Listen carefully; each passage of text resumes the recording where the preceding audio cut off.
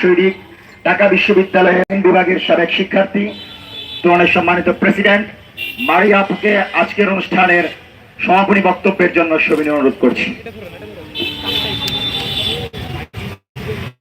আসসালামু আলাইকুম।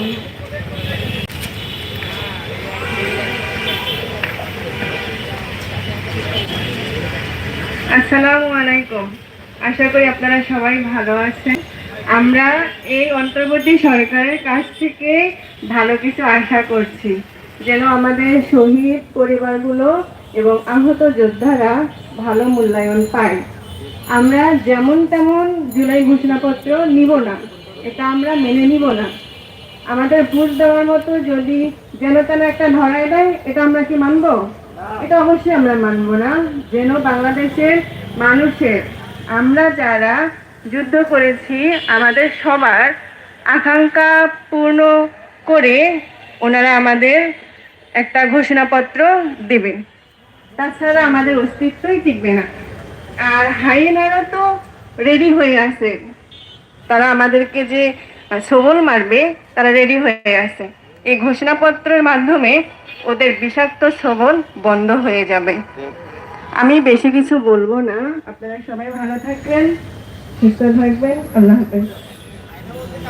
আপনারা কি ধরনের একটা প্রশ্ন করতে পারবেন? যে আপনারা বলছিলেন যেমন তেমন ঘোষণাপত্র আপনারা চান না, যেমন আপনারা তো জুলাই তরুণ সংগঠন কেমন ধরনের আপনারা বিপ্লবীদের নিরাপত্তা নিশ্চিত করতে হবে। শহীদ পরিবার, আহত পরিবার সবাই রাষ্ট্রীয় সম্মান দিতে হবে সবাইকে।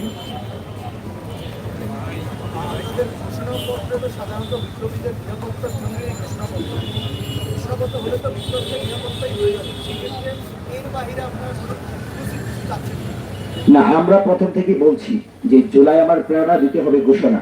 এখন প্রশ্ন আসছে ঘোষণা কি হবে? আমরা বলছি ঘোষণা তাই হবে যেটা জুলাইয়ের পালসকে ধারণ করে, যেটা জনগণের আকাঙ্ক্ষার পূর্ণ প্রতিফলন ঘটায়, জুলাই বিপ্লবীদের নিরাপত্তা নিশ্চিত করে। জুলাই আন্দোলনকারীদের আমরা দেখছি পথে ঘাটে তারা আক্রমণের শিকার হচ্ছে। এই ধরনের আক্রমণ যেন বাংলার মাটিতে কখনো না হয়, সেজন্য আমরা জুলাই সনদে সম্পূর্ণ বিপ্লবীদের নিরাপত্তা চাচ্ছি। আহত, পঙ্গুত্ব বরণকারী এবং শহীদদের রাষ্ট্রীয় সম্মান চাচ্ছি। পাশাপাশি সনদকে জনগণের এবং রাজনৈতিক দলগুলোর ঐক্যমতের ভিত্তিতে একটি জুলাই সনদ হবে, যা সকলের কাছে গ্রহণযোগ্য হবে, বিপ্লবীদের নিরাপত্তা নিশ্চিত করবে। এবং জুলাই সনদের পর তফসিল ঘোষণা হবে এবং জনগণের আকাঙ্ক্ষা পূরণ করবে এই জুলাই সনদ। এটাই আমাদের প্রত্যাশা।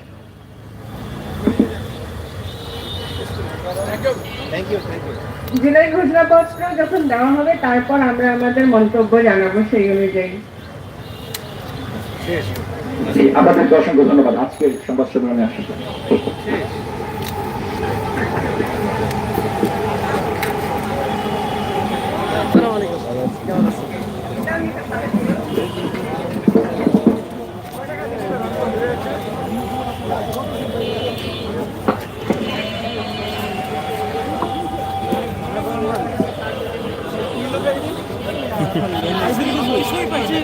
এই জন্য মনে হলো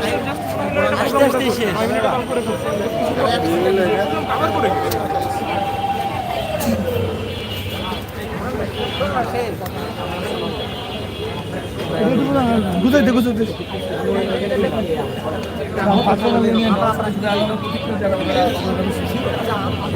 কমিটি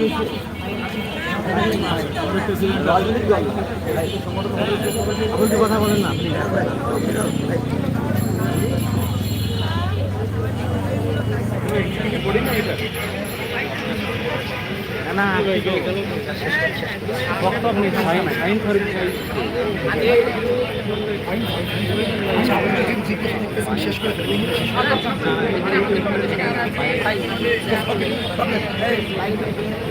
আমরা একটু একজন থেকে আমাদের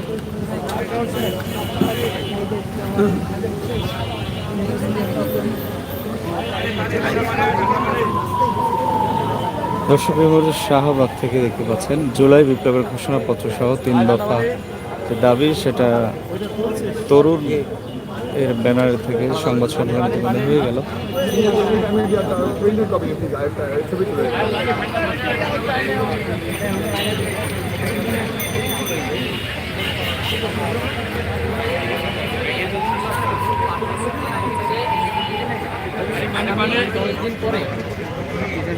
আগামী 10 দিনের মধ্যে জুলাই সনদ দেওয়ার একটা ঘোষণা আছে, যেটা বহুদিন ধরে বলা হচ্ছে যে দিবে। আজকে জুলাই আন্দোলনের সফলতার 9 মাস পারে গেছে, কিন্তু এখনো জুলাই ঘোষণাপত্র দেওয়া হয় নাই। যার জন্যে এত লেন্দি কেন ইন্টারিম কোম্পানি করছে, সেজন্যে তরুণের পক্ষ থেকে একটি হচ্ছে লিখিত বক্তব্য ছিল। আশা করি আপনারা সেই সংবাদ সম্মেলনে লিখিত বক্তব্য পেয়েছেন। আমাদের দাবি সকলগুলো লিখিত বক্তব্যে ছিল। ধন্যবাদ। আপনাদের তরুণের শুরুটা কবে থেকে তরুণ সংগঠনের? আমাদের তরুণের শুরু হচ্ছে জুলাই আন্দোলনে রাস্তায় বসে আমাদের তরুণরা মিলে রাস্তার মধ্যে আমাদেরকে এটা হচ্ছে আপনার হচ্ছে জুলাইয়ের তরুণের শুরু হয়েছে।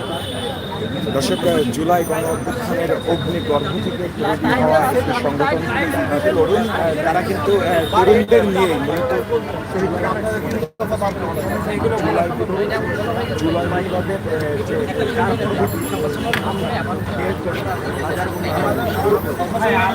আইন শৃঙ্খলা পরিস্থিতি নিয়ন্ত্রণের জন্য আমরা রাস্তায় থাকি 2 মাস।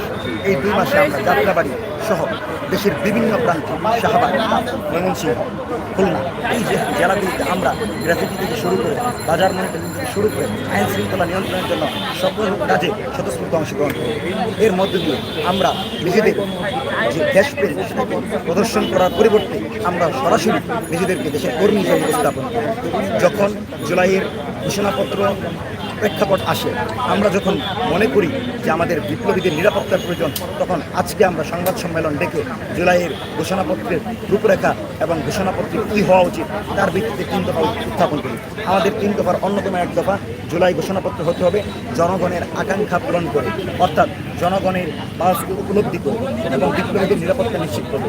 পাশাপাশি আমরা বলেছি শহীদ, আহত এবং পঙ্গুত্ব বরণকারী সকলকে রাষ্ট্রীয় মর্যাদা দিতে হবে এবং এই রাষ্ট্রীয় মর্যাদা দেওয়ার মধ্য দিয়ে তারা তাদের ভবিষ্যৎ নিরাপত্তা নিশ্চিত করবে।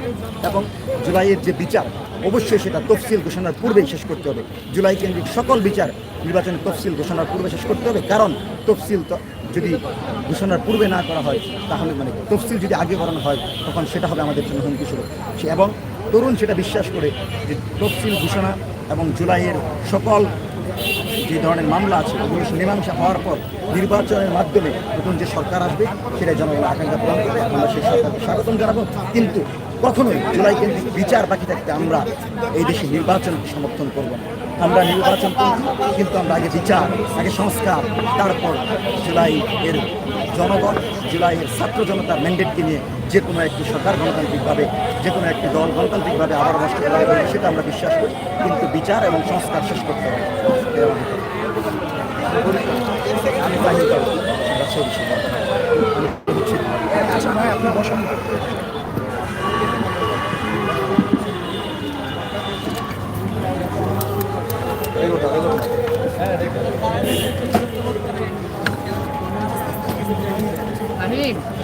ভাই সবাই নেই আমরা নাকি?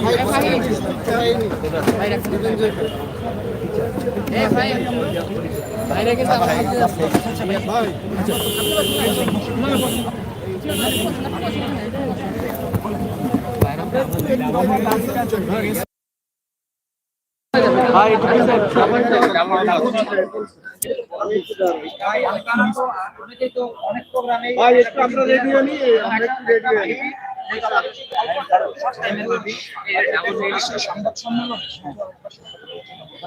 অনেকেই মিস করছে, অনেকেই একদম এত কম টাইমে কি হয় না, 5 মিনিটে সব শেষ।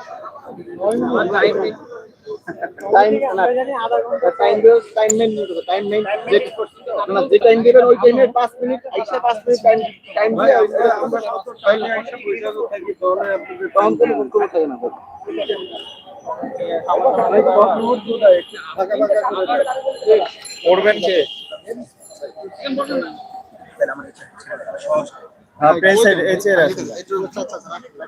যেহেতু ওনারা অনেকে মিস করে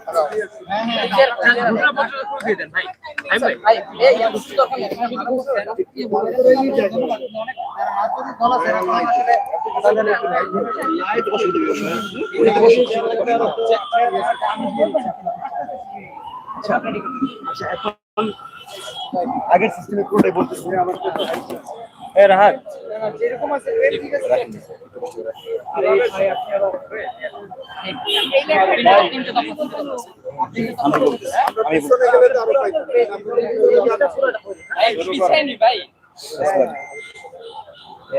আসসালামু আলাইকুম। আগত সাংবাদিক বন্ধুদেরকে ধন্যবাদ জানিয়ে তরুণের আজকের সংবাদ সম্মেলন শুরু করছি। লিখিত বক্তব্য। জুলাই বিপ্লবের ঘোষণাপত্র সহ 3 দফা দাবিতে তরুণের সংবাদ সম্মেলনের লিখিত বক্তব্য পেশ করছি নির্বাহী পরিচালক ফাহিম ফারুক। আধিপত্যবাদ বিরোধী সাংস্কৃতিক সংগঠন তরুণকে নতুনভাবে পরিচয় করিয়ে দেওয়ার কিছুই নেই। ভারতীয় আধিপত্য ও আগ্রাসনের বিরুদ্ধে সংগ্রাম করা এই সংগঠন জুলাই আন্দোলনে প্রথম থেকেই দেশের বিভিন্ন প্রান্তে নিজ সদস্যদের অংশগ্রহণ নিশ্চিত করে, যার ফলশ্রুতিতে ছাত্র জনতাকে সাথে নিয়ে ফেসিবাদের কবর রচনা করে বিজয় অর্জন করে বাংলাদেশ। জুলাই পরবর্তী দেশ গঠনে আইন শৃঙ্খলা পরিস্থিতি নিয়ন্ত্রণের জন্য ট্রাফিক, যাত্রী সেবা, বাজার মনিটরিং ইত্যাদি সেবামূলক কাজে নিজেদের যুক্ত রাখে জুলাইয়ের তরুণ সদস্যরা। আন্দোলনের অংশ হিসেবে আওয়ামী লীগ নিষিদ্ধের আন্দোলনে গুরুত্বপূর্ণ ভূমিকা পালন করে বাংলাদেশপন্থী সংগঠনটি। বর্তমানে প্রতিষ্ঠানটি জুলাই ঐক্যের অন্তর্ভুক্ত অন্যতম সাংস্কৃতিক সংগঠন। দেশের চলমান রাজনৈতিক পরিস্থিতিকে সামনে রেখে আজকের সংবাদ সম্মেলনে জুলাইয়ের তরুণ মূলত 3টি দাবি উত্থাপন করছে। অন্তর্বর্তীকালীন সরকারের ইতিবাচক সাড়ার অপেক্ষায় থাকবে তরুণ এবং ছাত্র জনতা। 1 নম্বর দাবি, জুলাই বিপ্লবকে পূর্ণাঙ্গ স্বীকৃতি দিয়ে জুলাই সনদ এবং জনগণের আকাঙ্ক্ষার পূর্ণ প্রতিফলন ঘটিয়ে জুলাই ঘোষণাপত্র আগামী 10 দিনের মধ্যে অর্থাৎ পূর্ব ঘোষিত নির্ধারিত তারিখের মধ্যে দিতে হবে।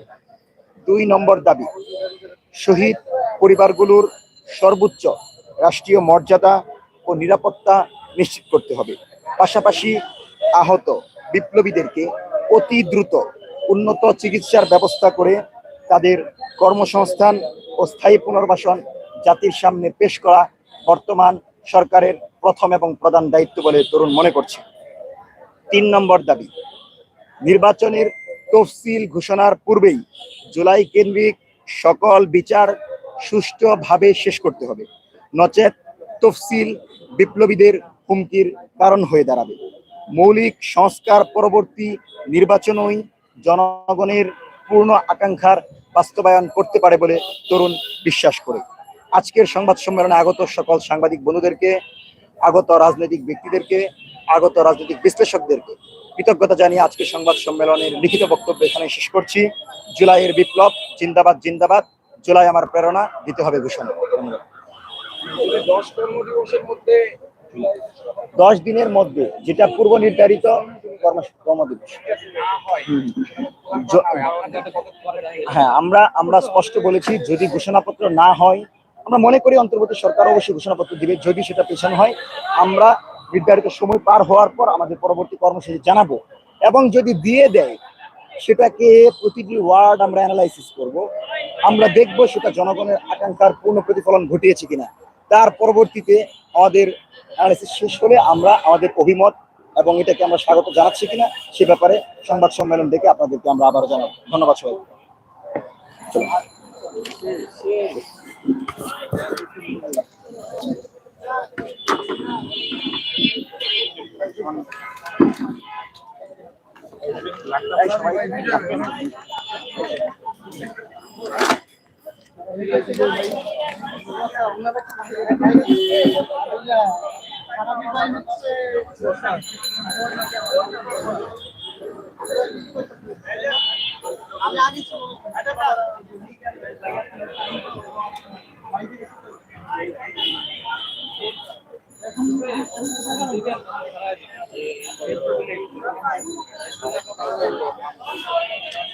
পারাবে না কি যেন বললো, আগে পরে কিছু আছে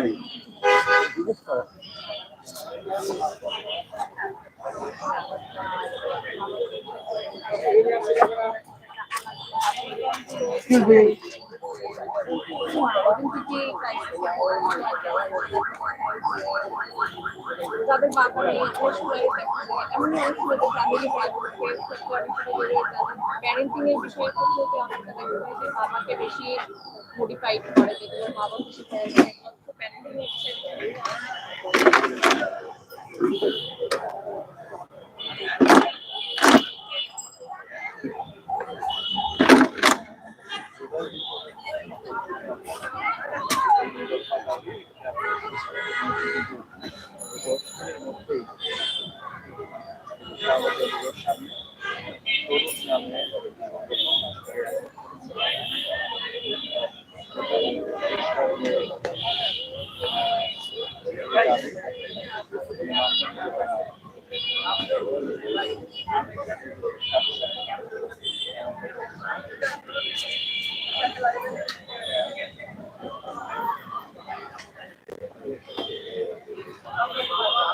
পরে নিয়ে